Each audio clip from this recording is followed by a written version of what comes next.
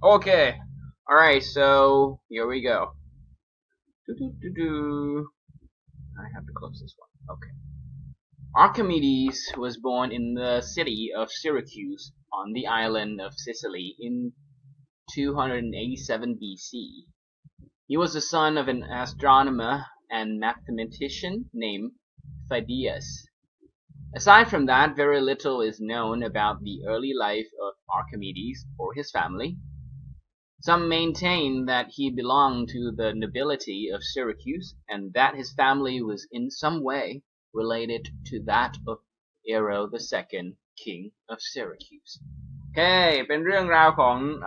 Archimedes นะครับใครไม่เคยรู้จักไม่ต้องเคยได้ยินกันบ้างชื่อนี้ Archimedes เกิดในเมือง in the city of Syracuse ในเมือง Syracuse นะครับใครเคยไปอเมริกาก็คงจะได้ยินมันมีเมืองชื่อ Syracuse เหมือนกันแต่อันนี้ไม่ใช่นี่มันอยู่ที่แถวที่อิตาลีอยู่แถวๆนั้นนะฮะ Archimedes was born in the city of Syracuse on the island of Sicily เกาะซิซิลีในนะครับ287 BC นะครับพวกเรานี่อยู่กัน AD นะฮะพวกเราอยู่ปี2017 AD ก็ต้องย้อนไป2017ปีบวก287ปีนะ He was the son เป็น son of an astronomer ของนักดาราศาสตร์ and mathematician คือคนเดียวกันนี่แหละชื่อว่า Phidias นะครับ Aside from that นอกเหนือจากนั้นแล้วก็ very little is known ก็น้อยมากที่เรารู้กันเกี่ยวกับ the early life of Archimedes or his family Some maintain ตรงนี้คำว่า maintain มันเป็น verb นะมันแปลว่า maintain คือเชื่อว่ารักษาความเชื่อคือจึงเชื่ออยู่ Some maintain that he belonged to the nobility of Syracuse ว่าเฮ้ย he มีศักดิ์มีศักดินานะฮะแล้วก็ then that his family ครอบครัวเขาเนี่ย in some way related to that of king here of Ero II, king of Syracuse ก็ครอบครัว Archimedes เนี่ยก็เป็นเรียกว่าเป็นญาติของพระราชาแล้วกันนะฮะนี่คือบางคนก็เชื่ออย่างนี้In the 3rd century BC, Syracuse was a hub of commerce, art, and science. As a youth in Syracuse, Archimedes developed his natural curiosity and fondness for problem solving. When he had learned as much as he could from his teachers, Archimedes traveled to Egypt in order to study in Alexandria, founded by Alexander the Great in 331 BC. Alexandria had, by Archimedes' time, earned a reputation for great learning and scholarship. นี่พอถึงช่วงกลางไม่ใช่ช่วงกลาง sorry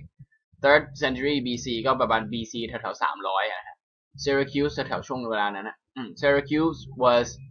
a hub เป็นศูนย์กลางของ commerce การค้าขาย art and science.As a youth in Syracuse ในฐานะที่เป็นเด็กคนหนึ่งใน Syracuse Archimedes เนี่ยเขา develop เขาพัฒนา his natural curiosity คือเขาเป็นคนช่างสงสัยมี curiosity ความสงสัยแล้วก็ fondness คือความชอบสำหรับ problem solving ชอบการแก้ปัญหา when he had learned as much as he could พอได้เรียนตรงนี้เป็น past perfect เห็นไหม had learned as much พอได้เรียนมากเท่าที่ทำได้จากคุณครูแล้ว Archimedes ก็ travel to Egypt เพื่อจะไปเรียนต่อที่ Alexandria founded เป็นเมืองที่ถูกก่อตั้งโดย Alexander the Great ในปี331นะ331 BC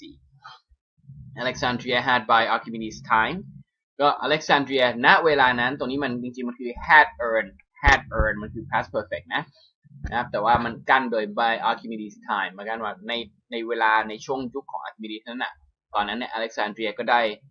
earn reputation earn ชื่อเสียงในฐานะว่าเป็นเมืองที่แบบว่าเป็น great learning แบบอยากเรียนต้องมาที่นี่นะฮะแล้วก็ scholarship ประมาณนี้ โอเคไอ้ 3rd century นี่การนับ century มันต้องนับบวกหน่อยนะ so like ปีเซว่า281อย่างเงี้ย270 BC อย่างเงี้ยนั่นก็คือ 3rd century นะครับเพราะมันนับขึ้นอย่างงี้เหมือนกันอย่างตอนนี้พวกเราอยู่ในศตวรรษที่21อยู่ตอนนี้Okay.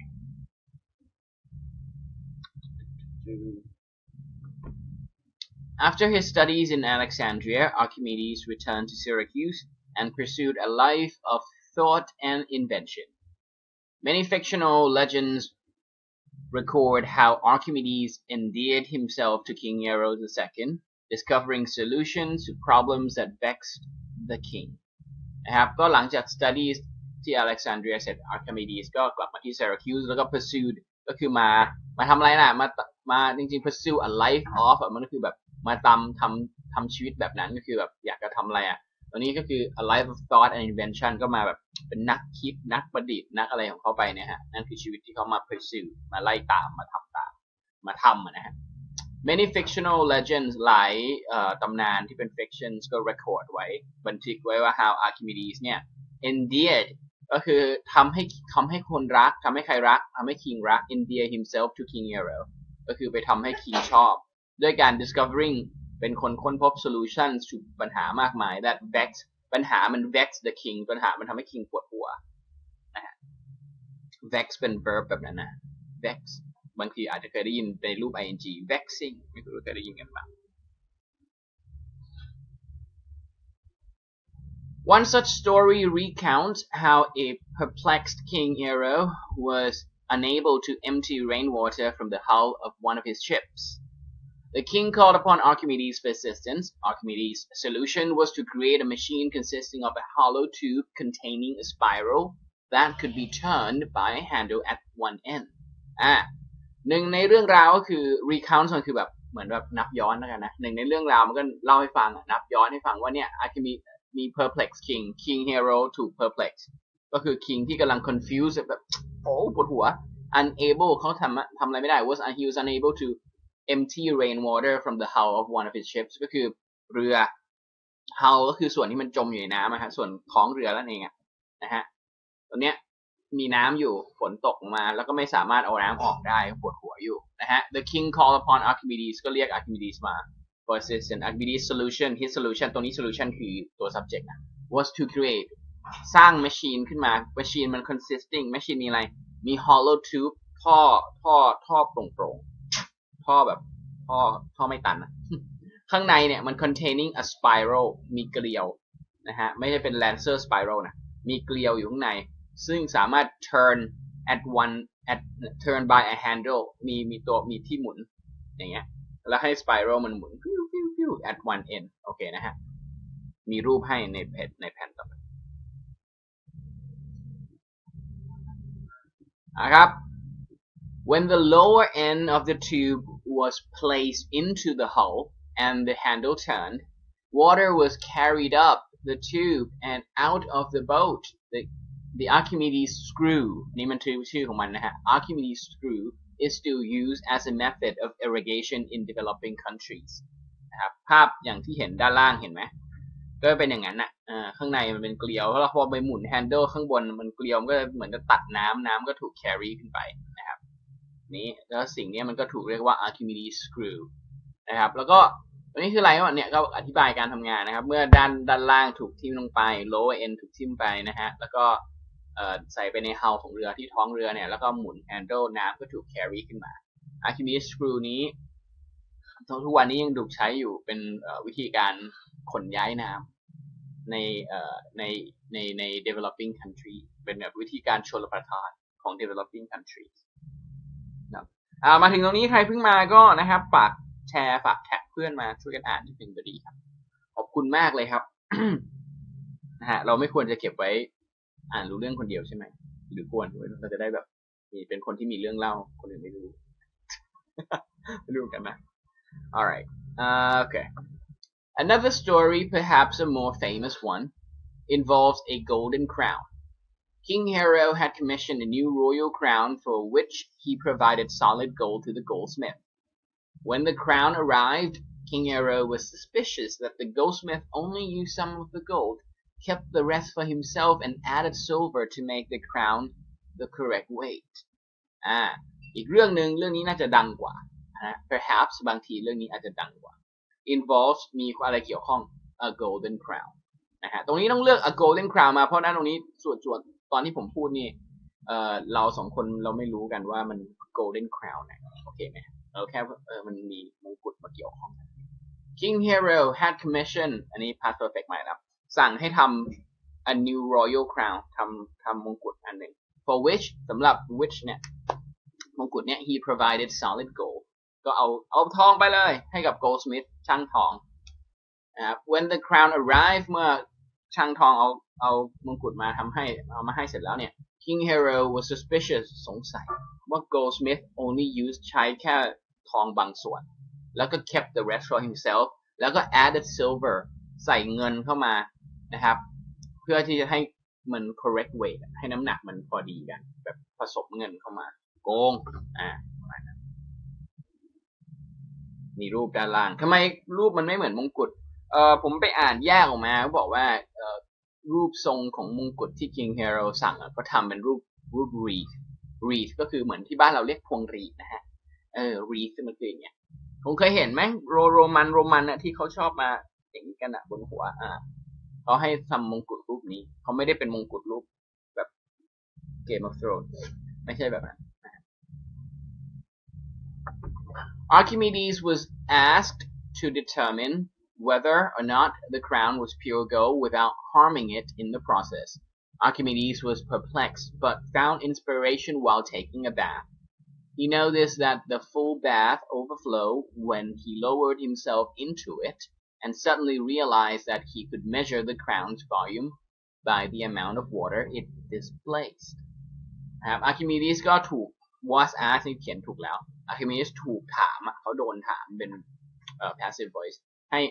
ไหนลอง determine นี่ลองตัดสินให้หน่อยว่า crown เนี่ยมัน pure gold จริงเปล่าแล้วห้ามเอาไปหลอมนะห้ามเอา crown ไปหลอมนะคือถ้าไปหลอมมันง่ายไงคืออันนี้คือแบบ crown ต้องอยู่เหมือนเดิมนะครับ Archimedes was perplexed ก็แบบตอนแรกก็งงอยู่เอาไงดีวะแต่ found inspiration แต่ไปเจอแบบ inspiration แรงบันดาลใจขณะที่อาบน้ำอยู่ he noticed สังเกตว่าตอนที่เนี่ย full bath ก็คือแบบอ่างอาบน้ำน้ำเต็มนะฮะ the full bath เนี่ยมัน overflow น้ำล้นออกมาเมื่อตัวเองเขาเอาตัวเองใส่ลงไปนะครับ and suddenly แล้วก็ realize เฮ้ยเดี๋ยวเขาสามารถ measure crown's volume สามารถวัด volume มวลของมงกุฎได้นี่หว่าด้วยการทำอย่างเงี้ยด้วยการเอาไปจุ่มน้ำthe amount of water ที่คือมงกุฎมันลงน้ำไปใช่ไหมน้ำล้นออกมาเท่าไหร่นั่นน่ะไอ้น้ำที่ล้นออกมาเท่ากับมงกุฎ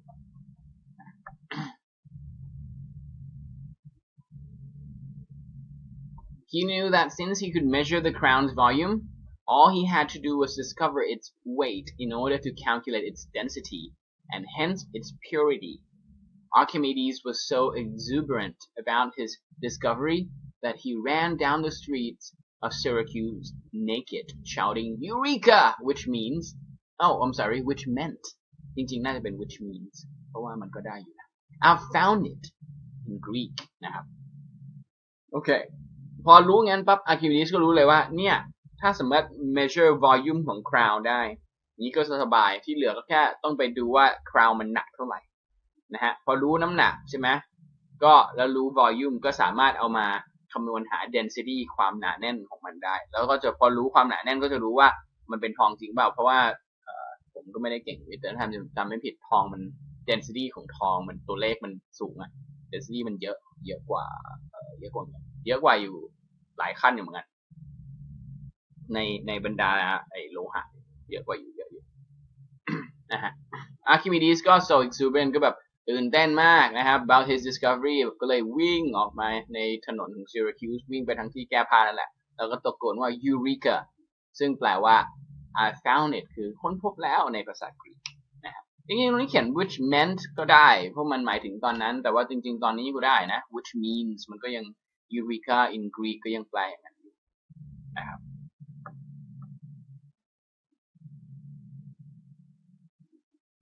จบนะฮะแค่นั้นแหละครับวันนี้ง่ายๆเอาวิทยาศาสตร์มาผสมกับภาษาอังกฤษนิดนึงนะครับแล้วก็สุดท้ายนี้ประชาสัมพันธ์รอบสุดท้ายสำหรับรอบ3นะครับเริ่มพรุ่งนี้แล้วก็ใครอยากเรียน General English เพื่อที่จะได้สามารถอ่านรู้เรื่องเองได้โดยไม่ต้องมาอ่านกับผมก็ได้นะ